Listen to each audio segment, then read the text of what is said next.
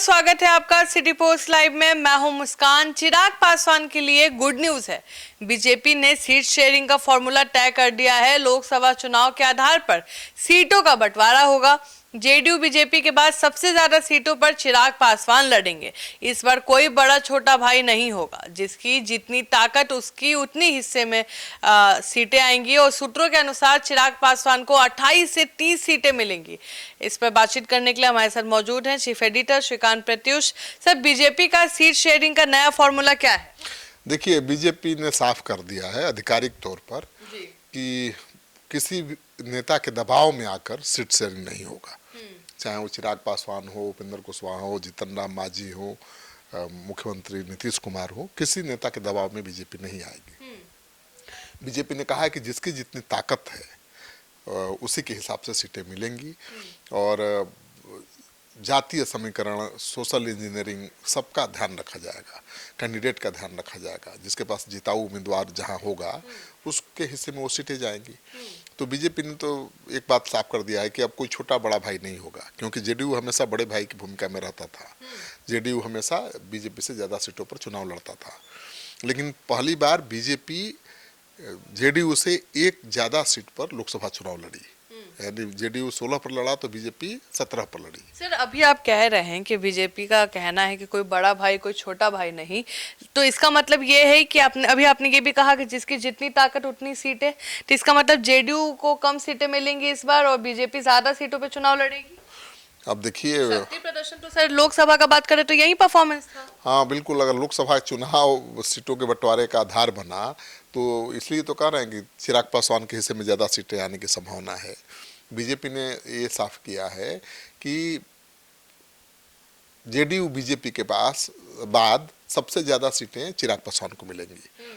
तो चिराग पासवान के लिए तो गुड न्यूज है कि भाई बीजेपी ने कह दिया कि लोकसभा। ऐसे भी तो जेडीयू के बाद चिराग पासवान को ही मिलनी थी, बस ये था कि आंकड़ा क्लियर नहीं था। वो 40 सीट पे अड़े हुए थे कि उतना ही सीट मिलना चाहिए, अब 30 मिलेगा।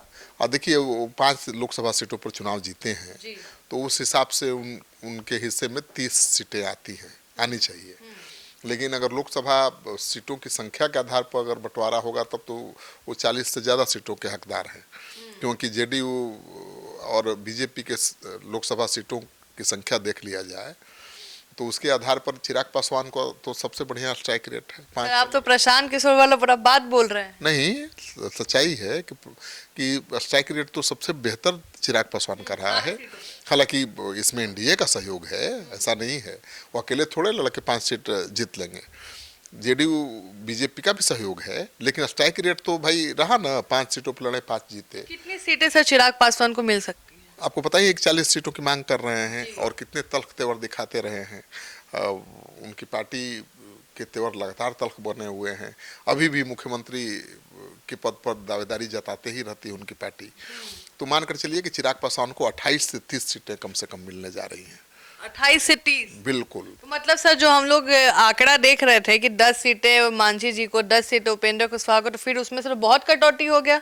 बिल्कुल कटौती होनी है। तो गुस्साएंगे नहीं सर? मतलब हमको आप दिखा दिए एक जगह, मतलब सूत्रों के हवाले खबर आया कि 10-10 सीट मिलेगा, दोनों भाई खुश हैं। अब उसमें से भी आप लोग 5-5, 6-6 सीट ले लीजिएगा। सूत्रों के हवाले से खबर आती है, उसकी कोई गारंटी थोड़े है। बीजेपी ने औपचारिक रूप से ऐलान तो किया नहीं है और बीजेपी जी चाहती है कि भाई कोई कंफ्यूजन न रहे। जिसकी जितनी ताकत है उसके हिसाब से बीजेपी ने क्लियर कर दिया है। तो ताकत तो देखिएगा तो बीजेपी जेडीयू के बाद सबसे ज़्यादा चिराग पासवान की है और चिराग पासवान को 28 से 30 सीटें मिलने की खबर है। लगभग सब कुछ फाइनल हो गया है। केवल सीटों के अदला बदली को लेकर अभी बात चल रही है, क्योंकि कई ऐसी सीटें हैं जिस पर चिराग पासवान अड़े हुए हैं और बीजेपी भी अड़ी हुई है कि नहीं, ये सीट हम नहीं छोड़ेंगे। बीजेपी अपनी सिटिंग सीट छोड़ने को तैयार नहीं है। चिराग पासवान बीजेपी के सिटिंग सीट भी मांग रहे हैं, क्योंकि गोविंदगंज से उनके पार्टी के प्रदेश अध्यक्ष हैं राजू तिवारी। तो राजू तिवारी के लिए चिराग मांग रहे हैं कि भाई हमको तो सीट चाहिए। गोविंदगंज से ही चुनाव लड़ते रहे, जीतते भी रहे हैं, लेकिन इस बार बीजेपी का एमएलए है वहाँ पर और वो राधा मोहन सिंह का बहुत खास हैं। तो बीजेपी तो अपनी सीटिंग सीट छोड़ने के तैयार नहीं है, मतलब मुश्किल में है प्रदेश अध्यक्ष चिराग पासवान के। सर, चिराग पासवान को बीजेपी इतना अहमियत क्यों दे रही है?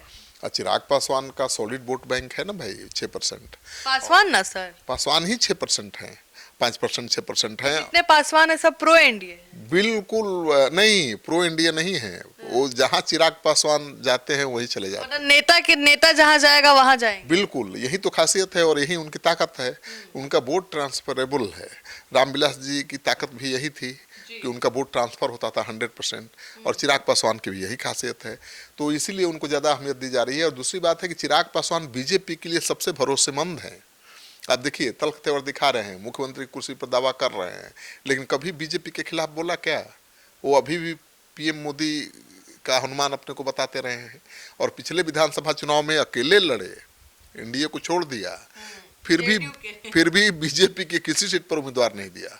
जेडीयू के हर सीट पर उम्मीदवार देकर जेडीयू को नुकसान पहुंचा दिया। तो चिराग पासवान पर बीजेपी ज्यादा भरोसा कर रही है कि जितनी ज्यादा सीटें जीतेंगे उतना ही ठीक रहेगा। सर विपक्ष ऐसा क्यों कहती है? आपको याद होगा सर, कल भी अगर हम जाएं, कल पप्पू यादव ने भी कहा कि बीजेपी थोड़े हैं कि जो कहीं और से खड़ा कर देगी और किसी का विधायक पूरा निकाल देगी। कहीं ना कहीं चिराग पासवान को बोल रहे थे कि हनुमान जी आएंगे, उनके सीट पे जाएंगे, अब विधायकवा सब काट देंगे, ना खुद जीतेंगे ना जितवाने देंगे। हाँ, वो पिछले चुनाव में चिराग पासवान ने ऐसा ही किया था ना, एनडीए का साथ छोड़ दिया। बीजेपी थी सर उसमें कहीं भी नहीं, नीतीश कुमार की पार्टी तो यही मानती थी कि बीजेपी ने ही चिराग पासवान को अकेले खड़ा कर दिया और उनको हरवा दिया, और इसी वजह से गठबंधन टूटा भी था। नीतीश कुमार बीजेपी को छोड़कर आरजेडी के साथ चले गए थे, सच है। इस बार भी बहुत तल्ख तेवर दिखा रहे हैं चिराग पासवान। इसको लेकर नीतीश कुमार भी कड़ा हो गए हैं, टाइट हो गए हैं, और उन्होंने सीट शेयरिंग के पहले ही अपने उम्मीदवारों के नाम घोषणा शुरू ऐलान कर दिया है। तो वो भी प्रेशर बना रहे हैं कि भाई जल्दी क्लियर करो कि चिराग पासवान को एनडीए में रहना है कि अकेले लड़ना है, क्योंकि उनको डर है कि चिराग पासवान अभी भी खेल कर सकते हैं। तो मुझे लगता है कि जो खबर आ रही है कि चिराग पासवान की सीट फाइनल है, वो संतुष्ट है। केवल सीट की अदला बदली को लेकर पेच फंसा हुआ है। 28 से 30 सीटें उनको मिलेंगी और उसके साथ राज्यसभा का भी एक सीट नहीं मिलेगा। राज्यसभा की सीट नहीं मिलेगी उनको, 28 से 30 सीटें मिलेंगी, मुझे लगता है मान भी जाएंगे। और बीजेपी को लगता है कि चिराग पासवान जितनी ज़्यादा सीटों पर जीतेंगे उसके लिए ठीक रहेगा, क्योंकि बीजेपी आंख मूंद कर चिराग पासवान पर भरोसा कर रही है। और बीजेपी शायद इसीलिए उनको ज़्यादा सीटें भी देना चाहती है। उपेंद्र कुशवाहा और जीतन राम मांझी जी की सीटें घटने वाली हैं। लेकिन सर इस पे मेरा सवाल है और कई क्वेश्चन आ रहा है। जीतन राम मांझी और उपेंद्र कुशवाहा की 10-10 सीटें आने की खबरें आई। उपेंद्र कुशवाहा जी ने पत्रकारों को पार्टी भी दे दिया। अब सर फिर से उनको निराश कर दिया उपेंद्र कुशवाहा। आपको भी पता है, तल्ख तेवर दिखाते हैं, मुंह पे बोल देते हैं। नहीं, उपेंद्र कुशवाहा बहुत सुलझे हुए नेता हैं, वो कभी ऐसा बयान नहीं देते। उसके साथ तो सर गलत ही ना हो सर, पूरे खुश हुए, पत्रकारों को पार्टी भी दिया। बीजेपी ने थोड़े ऐलान किया था कि 10-10 सीटें दे रहे हैं, ये तो पत्रकारों ने ही ऐलान कर दिया था सूत्रों के हवाले से। लेकिन जीतन राम मांझी की पार्टी पिछले चुनाव में 7 सीटों पर लड़ी थी, उससे ज़्यादा सीट मिलने की संभावना नहीं है, ये जान लीजिए आप। क्योंकि जीतन राम मांझी खुद केंद्र में मंत्री है, उनका बेटा यहाँ मंत्री है, अब क्या चाहिए। तो उनको 7 सीटें जो मिली थी पिछले चुनाव में वही सीटें मिलने वाली हैं। और उपेंद्र कुशवाहा को जीतन राम मांझी से 1-2 सीट कम मिल सकती है, तो मान के चलिए 5-6 सीटें मिल सकती हैं। तो उपेंद्र कुशवाहा को और एक बड़ा इनाम मिल सकता है ना। राज्यसभा नहीं, राज्यसभा तो है ही सांसद हो, अब उनको मंत्री बनाया जा सकता है बिहार सरकार। और ये जो पार्टी दिया था, भोज दिया था, मैं मानता हूं कि उसी की खुशी में था। मतलब हम पत्रकार गलत समझ गए क्या? बिल्कुल, पत्रकार सब कुछ नहीं समझ पाते, नेता बहुत अलग दिखते हैं, अलग करते हैं, अलग होते हैं। तो उपेंद्र कुशवाहा सुलझे हुए नेता हैं, कभी उन्होंने ऐसा कोई बयान नहीं दिया कि एनडीए के लिए चुनौती बढ़े। हाँ, लेकिन नीतीश कुमार को सलाह जरूर दे चुके हैं कि भाई 2 काम नहीं हो रहा, आपसे संभल रहा है, मुख्यमंत्री की कुर्सी और पार्टी के राष्ट्रीय अध्यक्ष का पद, तो एक छोड़ दीजिए। तो चिराग पासवान भी तल्ख तेवर अपनाए हुए हैं नीतीश कुमार को लेकर। उपेंद्र कुशवाहा ने भी सारे में नीतीश कुमार पर एक तरह से हमला ही बोला है।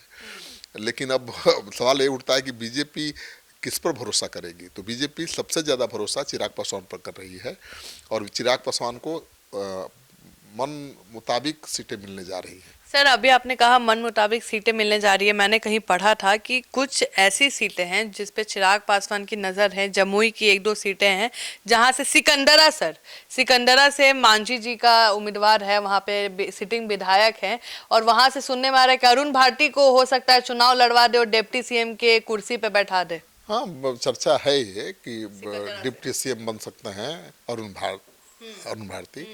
और अरुण भारती इसीलिए बीच बीच में सर क्या ट्वीट कर देते हैं कि हम छोड़ देंगे, हम ये कर देंगे, हम वो कर देंगे। हाँ, बिल्कुल तल्ख तेवर अपनाए हुए हैं। नहीं अपनाएंगे तो बीजेपी किस आधार पर उनको ज्यादा सीट देगी?